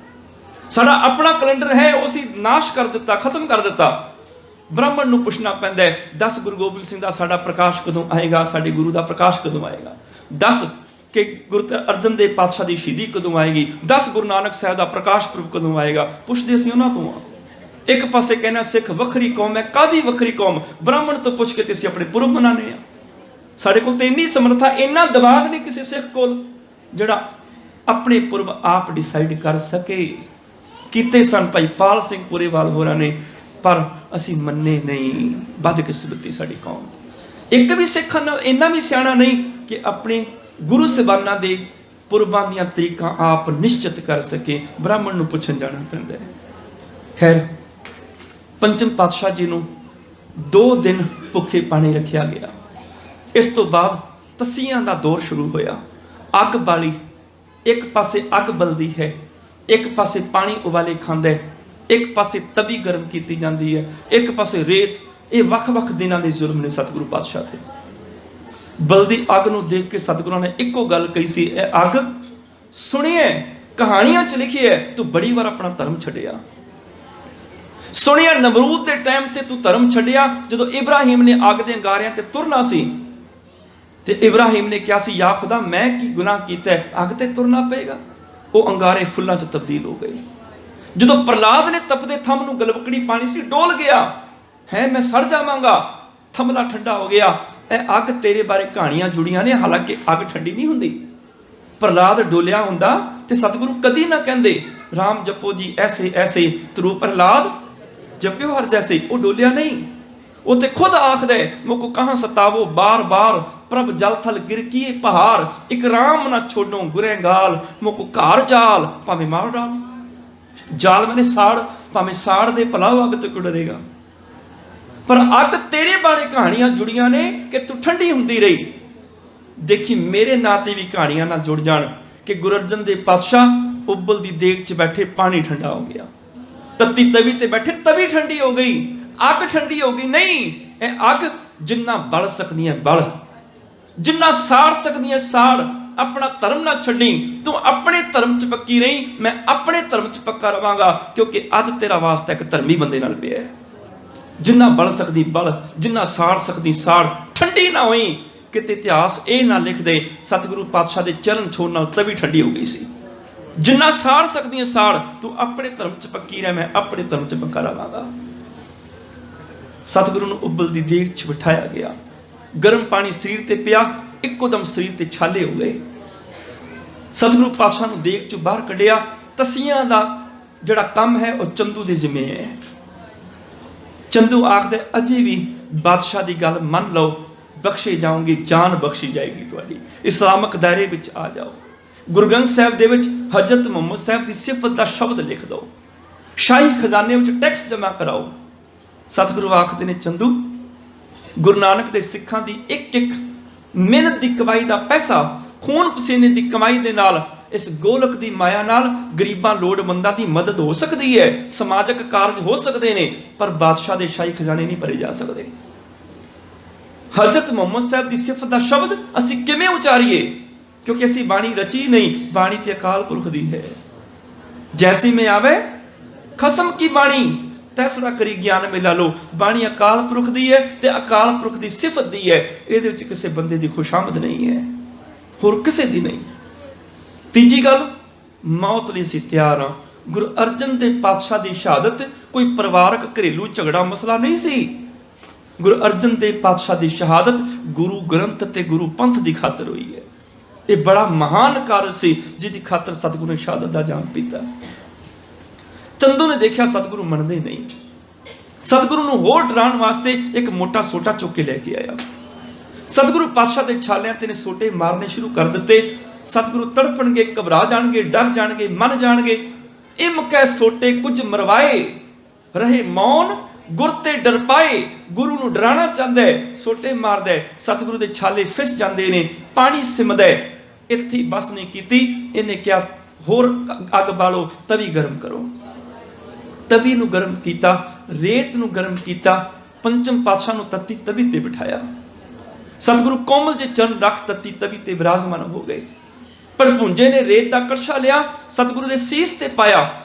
वो सड़दी बलदी रेत जख्मां च धसदी चली गई। सतगुरु पातशाह के शरीर दे विच मांस जिहड़ा टलना शुरू हो गया। अजे पहले ही रेत का कड़छा पाया, भड़भुंजा रो पिया। सतगुरु पातशाह आखदे ने, भड़भुंजे तू क्यों रोना? कहने लगा, सतगुरु मेरा काम है मक्की दे दाणियां नूं भुनना। मैं मक्की दे दाणियां नूं तपदी सड़दी रेत च पाना, वो दाणे भी नहीं सड़दे, चिट्टे फुल की तरह खिड़ जाते ने। मैं मक्की के दाने नूं सड़दी रेत च पाना, वो सड़ के काले नहीं हुंदे, चिट्टे फुल्लां की तरह खिड़ जाते ने। तुसीं भी चौंकड़ा मार के फुल्लां की तरह खिड़े इस तवी के उपर विराजमान होए हो सतगुरु, पर अज तुसीं इन्हां मक्की के दाणियां नूं भी मात पा दिता। सतगुरु पातशाह कहण लगे, वो किस तरह? कहण लगा, पातशाह जदों मैं मक्की के दाणियां नूं सड़दी रेत च पाना, एक बार तो वह भी चीका मारते हैं, एक बार वह भी छाल मार के कड़ाई चो बाहर निकलने की कोशिश करते हैं, एक बार तो वह भी तड़फते हैं, छाल मार के बाहर निकलते हैं। पर सतगुरु जो तुहाडे वाल देखिया, कोमल जे चरण तत्ती तवी ते रख के चौंकड़ा मार के बैठ गए, जबान तो सी तक भी नहीं की। तुसीं ते मक्की के दाणियां नूं भी मात पा दिता।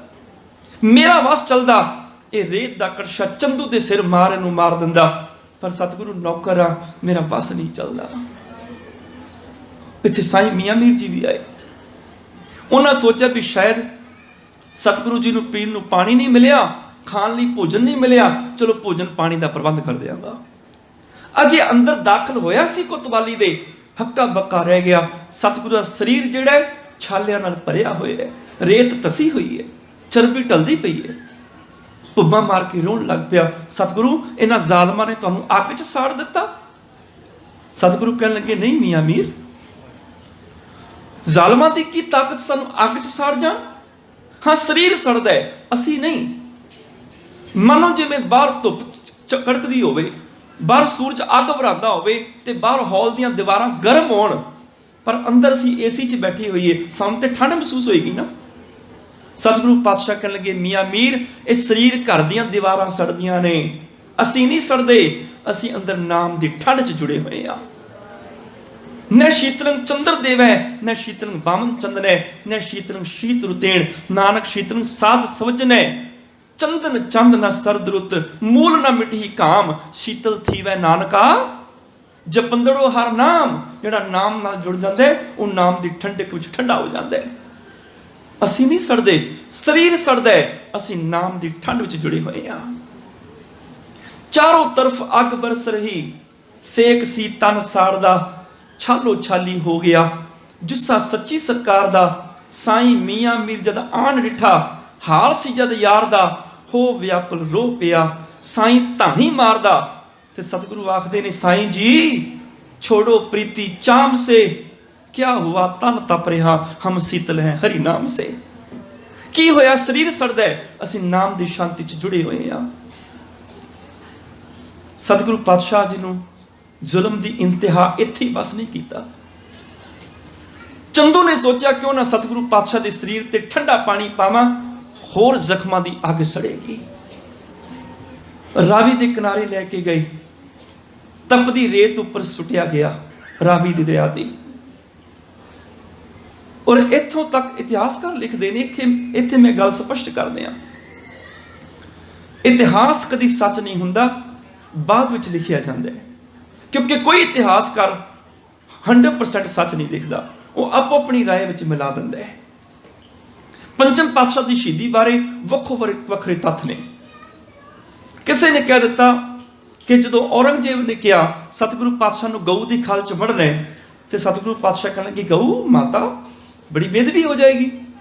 ਸਤਿਗੁਰੂ ਨੇ ਬਹਾਨਾ ਲਾਇਆ ਵੀ ਅਸੀਂ ਪਹਿਲਾਂ ਇਸ਼ਨਾਨ ਕਰਨਾ, ਬਾਅਦ 'ਚ ਵੜ ਦਿਓ। ਇਸ਼ਨਾਨ ਕਰਨ ਗਏ, ਰਾਵੀ 'ਚ ਲੀਨ ਹੋ ਗਏ। ਯਾਦ ਰੱਖਿਓ, ਸਾਡੀ ਮਾਂ ਕੋਈ ਪਸ਼ੂ ਨਹੀਂ ਹੈ। ਸਾਡੀ ਮਾਂ ਪਤਾ ਕਿਹੜੀ ਹੈ? ਧਰਮ ਦੀ ਸਾਡੀ ਮਾਂ ਹੈ ਅਕਾਲ ਪੁਰਖ, ਹਰ ਜੀ ਮਾਤਾ ਹਰ ਜੀ ਪਿਤਾ। ਸਾਡੀ ਮਾਂ ਪਤਾ ਕਿਹੜੀ ਹੈ? ਹਰ ਆਪੇ ਮਾਤਾ ਆਪੇ ਪਿਤਾ, ਜਿਨ ਜੀਉ ਉਪਾਏ ਜਗਤ ਦਿਖਾਇਆ। ਤੇ ਸਾਡੀ ਕੌਮੀ ਮਾਂ ਕਿਹੜੀ ਹੈ? ਕੌਮੀ ਪਿਤਾ ਸਾਡਾ ਧੰਨ ਗੁਰੂ ਗੋਬਿੰਦ ਸਿੰਘ, ਤੇ ਕੌਮੀ ਮਾਂ ਹੈ ਸਾਡੀ ਮਾਤਾ ਸਾਹਿਬ ਕੌਰ। ਦੇਖੋ, ਮਾਤਾ ਸਾਹਿਬ ਕੌਰ ਨੂੰ ਪਸ਼ੂ ਦੇ ਤਲ ਤੇ ਖੜਾ ਨਾ ਕਰ ਦਿਓ, ਕੋਈ ਪਸ਼ੂ ਸਾਡੀ ਮਾਂ ਨਹੀਂ। ਦੂਜੀ ਗੱਲ, ਸਤਿਗੁਰੂ ਪਾਤਸ਼ਾਹ ਜੀ ਨੂੰ ਰਾਵੀ ਦਰਿਆ 'ਚ ਲੈ ਗਏ, ਸਤਿਗੁਰੂ ਅੰਤਰ ਧਿਆਨ ਹੋ ਗਏ।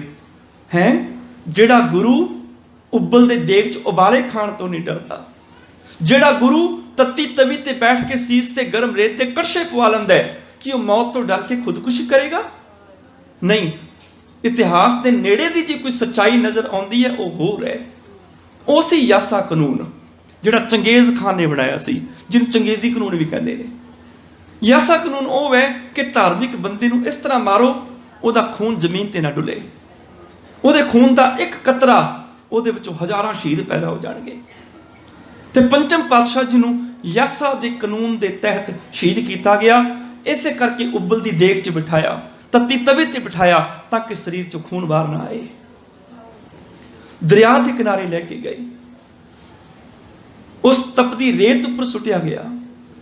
ਇੱਥੋਂ ਤੱਕ ਇੱਕ ਮੁਗਲ ਨੇ, ਇੱਕ ਕਾਫਰ ਨੇ ਸਤਿਗੁਰੂ ਪਾਤਸ਼ਾਹ ਦੇ ਸੀਸ ਦੇ ਉੱਪਰ ਇੱਟ ਵੀ ਮਾਰੀ।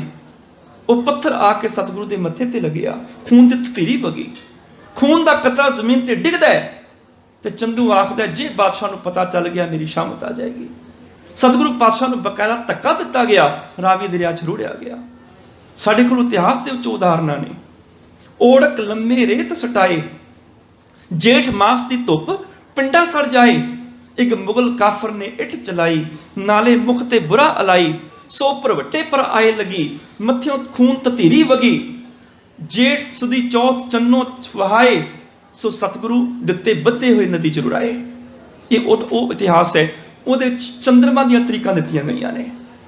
ਰਤਨ ਸਿੰਘ ਭੰਗੂ ਨੇ ਲਿਖਿਆ ਪੰਥ ਪ੍ਰਕਾਸ਼ ਵਿੱਚ, ਕਿ ਗੁਰ ਅਰਜਨ ਦਰਿਆਓ ਨਾ ਬੋੜਿਓ, ਕਿ ਤੇਗ ਬਹਾਦਰ ਸੀਸ ਨਾ ਤੋਰਿਓ, ਕਿ ਬੱਚੇ ਨਾ ਮਰਵਾਏ, ਸ਼ੀਰ ਖੋਰ ਤੇ ਨਾ ਕੁਹਾਏ। ਕਿ ਗੁਰੂ ਅਰਜਨ ਦੇਵ ਪਾਤਸ਼ਾਹ ਨੂੰ ਇਹਨਾਂ ਜ਼ਾਲਮਾਂ ਨੇ ਦਰਿਆ 'ਚ ਰੋੜਿਆ ਨਹੀਂ? ਕਿ ਗੁਰੂ ਤੇਗ ਬਹਾਦਰ ਸਾਹਿਬ ਨੂੰ ਇਹਨਾਂ ਸ਼ਹੀਦ ਨਹੀਂ ਕੀਤਾ? ਕਿ ਇਹਨਾਂ ਦੇ ਗੁਰੂ ਗੋਬਿੰਦ ਸਿੰਘ ਪਾਤਸ਼ਾਹ ਦੇ ਸ਼ੀਰਖੋਰ ਬੱਚੇ, ਦੁੱਧ ਪੀਂਦੇ ਬੱਚੇ, ਛੋਟੇ ਸਾਹਿਬਜ਼ਾਦਿਆਂ ਨੂੰ ਨੀਹਾਂ 'ਚ ਨਹੀਂ ਚੜਿਆ? ਉੱਥੇ ਰੋੜਨ ਦੀ ਗੱਲ ਕੀਤੀ ਰਤਨ ਸਿੰਘ ਭੰਗੂ ਨੇ, ਕਿ ਗੁਰੂ ਅਰਜਨ ਦਰਿਆਓ ਨਾ ਬੋੜਿਓ, ਇਹਨਾਂ ਜ਼ਾਲਮਾਂ ਨੇ ਸਾਡੇ ਗੁਰੂ ਨੂੰ ਰੋੜਿਆ ਨਹੀਂ? ਯਾਦ ਰੱਖਿਓ, ਪੰਚਮ ਪਾਤਸ਼ਾਹ ਦੇ ਮੱਥੇ 'ਚੋਂ ਖੂਨ ਦੀ ਤਤੀਰੀ ਵਗੀ। ਇੱਕ ਇਤਿਹਾਸ ਇਹ ਵੀ ਲਿਖਦਾ ਹੈ ਕਿ ਸਤਿਗੁਰੂ ਪਾਤਸ਼ਾਹ ਜੀ ਨੂੰ ਉਸੇ ਪਲ ਧੱਕਾ ਦਿੱਤਾ, ਰਾਵੀ ਦਰਿਆ 'ਚ ਰੋੜ ਦਿੱਤਾ। ਰਾਵੀ ਦਰਿਆ 'ਚ ਗਏ ਤੇ ਕਰਤਾਰ ਸਿੰਘ ਬਲੱਗਣ ਨੇ ਬੜੀ ਪਿਆਰੀ ਇੱਕ ਗੱਲ ਕਹੀ। ਕਹਿਣ ਲੱਗੇ, ਲਾਹੌਰ ਵਿੱਚੋਂ ਰਾਵੀ ਦਰਿਆ ਵਗਦਾ ਹੈ, ਜਿਹੜਾ ਲਾਹੌਰ ਦੇ ਲੋਕਾਂ ਦੀ ਮੈਲ ਨੂੰ ਧੋ ਸਾਫ਼ ਕਰਦਾ ਹੈ। ਪਰ ਉਹ ਕਵੀ ਆਖਦਾ, ਉਹ ਰਾਵੀ ਦਰਿਆ ਜਿੰਨਾ ਮਰਜ਼ੀ ਲਾਹੌਰ ਤੋਂ ਵਗੀ ਚੱਲ, ਜਿਹੜਾ ਪੰਚਮ ਪਾਤਸ਼ਾਹ ਦੇ ਸ਼ਹਾਦਤ ਦਾ ਕਲੰਕ ਇਹ ਲਾਹੌਰ ਤੇਰੇ ਮੱਥੇ ਤੇ ਲੱਗਿਆ ਹੈ ਨਾ, ਉਹ ਤੇਰੇ ਵਿੱਚੋਂ ਲੰਘਦੀ ਰਾਵੀ ਦਰਿਆ ਦਾ ਪਾਣੀ ਵੀ ਨਹੀਂ ਧੋ ਸਕਦਾ। ਲਾਹੌਰ ਐਸਾ ਸ਼ਹਿਰ ਹੈ ਜਿੱਥੇ ਇੱਕ ਨਹੀਂ ਹਜ਼ਾਰਾਂ ਸਿੱਖਾਂ ਦੀਆਂ ਸ਼ਹੀਦੀਆਂ ਹੋਈਆਂ। ਭਾਈ ਤਾਰੂ ਸਿੰਘ ਦੀ ਖੋਪੜੀ ਇੱਥੇ ਲਾਈ ਗਈ, ਭਾਈ ਮਨੀ ਸਿੰਘ ਜੀ ਦੇ ਬੰਦ ਇੱਥੇ ਕੱਟੇ ਗਏ, 80 ਰੁਪਏ ਦੇ ਸਿੱਖਾਂ ਦੇ ਸਿਰਾਂ ਦੇ ਮੁੱਲ ਇੱਥੇ ਪਏ, ਸ਼ਹੀਦ ਸਿੰਘਣੀਆਂ ਦੇ ਬੱਚਿਆਂ ਦੇ ਟੁਕੜੇ ਕਰਕੇ ਗਲਾਂ ਦੇ ਹਾਰ ਇੱਥੇ ਪਾਏ ਗਏ, ਸਿੰਘਣੀਆਂ ਨੂੰ ਇੱਥੇ ਸ਼ਹੀਦ ਕੀਤਾ ਗਿਆ। ਭਾਈ ਸੁਬੇਗ ਸਿੰਘ, ਸ਼ਾਹਬਾਦ ਸਿੰਘ ਚਰਖੜੇ ਤੇ ਚਾੜ ਕੇ ਰੂੰ ਦੇ ਤੁੰਬਿਆਂ ਦੀ ਤਰ੍ਹਾਂ ਲਾਹੌਰ ਵਿਖੇ ਉਡਾਇਆ ਗਿਆ। ਇਹ ਉਹ ਲਾਹੌਰ ਹੈ, ਇੱਥੇ ਪਲਚੀ ਸੀ ਤਾਣੀ ਪੰਜਾਬੀਆਂ ਦੀ, ਪੇਟਾ ਕਿਸੇ ਪਾਸੇ ਤਾਣਾ ਕਿਸੇ ਪਾਸੇ, ਸਿੱਖ ਰਾਜ ਦਾ ਖਿੰਡਿਆ ਬੋਲ ਇੱਥੇ। ਦਾਣਾ ਕਿਸੇ ਪਾਸੇ, ਦਾਣਾ ਕਿਸੇ ਪਾਸੇ, ਵਸਦਾ ਰਹੇ ਲਾਹੌਰ, ਮਨੁੱਖਤਾ ਤੋਂ ਐਪਰ ਸੁਰਖਰੂ ਕਦੀ ਨਹੀਂ ਹੋ ਸਕਦਾ। ਵਸਦਾ ਰਾਵੀ ਦਰਿਆ ਲਾਹੌਰ ਉੱਤੇ, ਕਦੀ ਲਾਹੌਰ ਦਾ ਮੂੰਹ ਨਹੀਂ ਧੋ ਸਕਦਾ। ਇਹ ਉਹ ਲਾਹੌਰ ਹੈ। ਸਤਿਗੁਰੂ ਪਾਤਸ਼ਾਹ ਸ਼ਹੀਦ ਹੋਏ, ਇਸ ਤਰ੍ਹਾਂ ਲੱਗਦਾ ਸੀ ਜਿਵੇਂ ਸਾਰੇ ਜ਼ਮਾਨੇ ਦੀ ਅੱਗ ਮਿਲ ਕੇ ਗੁਰੂ ਨੂੰ ਸਾੜਨਾ ਚਾਹੁੰਦੀ ਹੈ। ਪ੍ਰਿਥੀ ਚੰਦ ਵੀ ਤੱਤਾ, ਮਹਾਦੇਵ ਤੱਤਾ, ਕਰਮੋ ਤੱਤੀ, ਕਾਨਾ ਛੱਜੂ ਪੀਲੂ ਹੁਸੈਨ ਤੱਤੇ, ਗੁਰੂ ਨੂੰ ਸਾੜਨਾ ਚਾਹੁੰਦੇ ਨੇ। ਇੱਥੋਂ ਤੱਕ ਜਹਾਂਗੀਰ ਤੱਤਾ, ਕੁਲੀਜ ਤੱਤਾ, ਇੱਥੋਂ ਤੱਕ ਸ਼ੇਖ ਅਹਿਮਦ ਸਰਹੰਦੀ ਤੱਤਾ, ਮੁਰਤਜ਼ਾ ਖਾਨ ਤੱਤਾ, ਦਹਾੜ ਦਾ ਮਹੀਨਾ ਤੱਤਾ, ਸੂਰਜ ਅੱਗ ਬਰਾਂਦਾ ਹੈ, ਪਾਣੀ ਵੀ ਤੱਤਾ ਹੈ, ਰੇਤ ਵੀ ਤੱਤੀ ਹੈ, ਤਵੀ ਵੀ ਤੱਤੀ ਹੈ, ਸਾਰੀ ਦੁਨੀਆ ਦੀ ਅੱਗ, ਚੰਦੂ ਵੀ ਤੱਤਾ ਹੈ, ਬੀਰਬਲ ਵੀ ਤੱਤਾ ਹੈ। ਇੱਕ ਸੂਰਜ ਤੱਤਾ, ਇੱਕ ਧੁੱਪ ਤੱਤੀ, ਜ਼ਮੀਨ ਤੱਤੀ, ਆਸਮਾਨ ਤੱਤਾ, ਇੱਕ ਭੱਠ ਤੱਤਾ, ਇੱਕ ਦੇਗ ਤੱਤੀ, ਇੱਕ ਖੌਲਦਾ ਪਾਣੀ ਮਹਾਨ ਤੱਤਾ। ਪ੍ਰਿਥੀ ਕਾਨਾ ਤੱਤਾ, ਕਰਮੋ ਕਾਨਾ, ਪ੍ਰਿਥੀ ਮਹਾਦੇਵ ਤੱਤਾ, ਕਰਮੋ ਕਾਨਾ ਤੱਤਾ।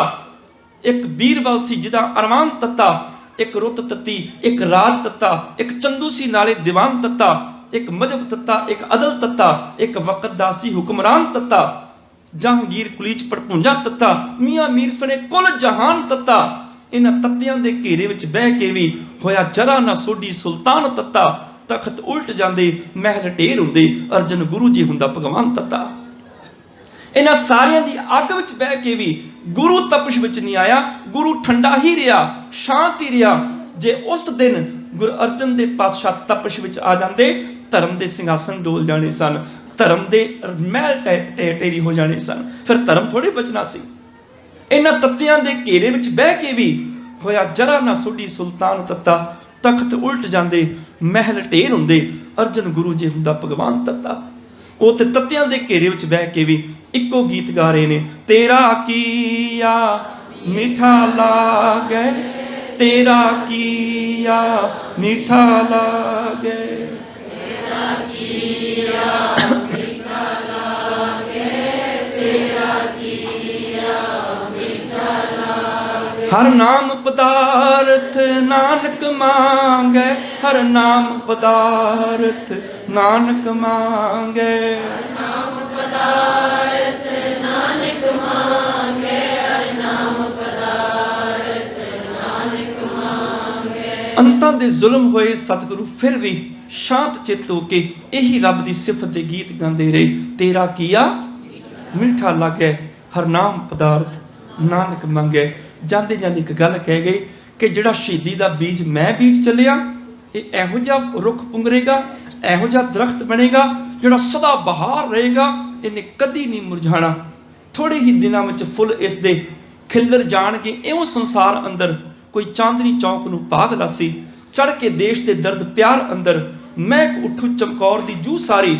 ਟੁੱਟੇ ਫੁੱਲ ਜਦ ਰੁੱਤ ਬਹਾਰ ਅੰਦਰ, ਅੱਧ ਖੜੇ ਹੀ ਟਾਹਣੀਆਂ ਤੋਂ ਤੋੜ ਕੇ ਚਿਣ ਦੇਵੇਗਾ ਕੋਈ ਦੀਵਾਰ ਅੰਦਰ। ਬਣੀ ਰਹੇਗੀ ਸਦਾ ਬਹਾਰ ਇਸ ਤੇ, ਲਾਗੇ ਖਿਜ਼ਾ ਨੇ ਇਹਦੇ ਕਦੀ ਟੁਕਣਾ ਨਹੀਂ, ਲੱਗੀ ਔੜ ਤੇ ਇਹਨੇ ਕਦੀ ਸੁੱਕਣਾ ਨਹੀਂ, ਕਿਉਂਕਿ ਖੂਨ ਸ਼ਹੀਦਾਂ ਦਾ ਮੁੱਕਣਾ ਨਹੀਂ। ਇਸ ਸ਼ਹੀਦੀ ਦੇ ਦਰਖਤ ਨੇ ਕਦੀ ਨਹੀਂ ਮੁਰਝਾਣਾ। ਸਮੇਂ ਸਮੇਂ ਸ਼ਹੀਦ ਆਪਣੇ ਖੂਨ ਨਾਲ ਸਿੰਜਦੇ ਰਹਿਣਗੇ। ਬਣੀ ਰਹੇਗੀ ਸਦਾ ਬਹਾਰ ਇਸ ਤੇ, ਲਾਗੇ ਖਿਜ਼ਾ ਨੇ ਇਹਦੇ ਕਦੀ ਟੁਕਣਾ ਨਹੀਂ, ਲੱਗੀ ਔੜ ਤੇ ਇਹਨੇ ਕਦੀ ਸੁੱਕਣਾ ਨਹੀਂ, ਕਿਉਂਕਿ ਖੂਨ ਸ਼ਹੀਦਾਂ ਦਾ मुकना नहीं।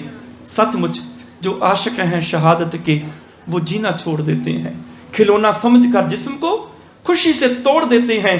ना ताजो ना तख्त ना हूरों की हसरत, खुदा भी खुदाई दे तो वो भी वापस मोड़ देते हैं।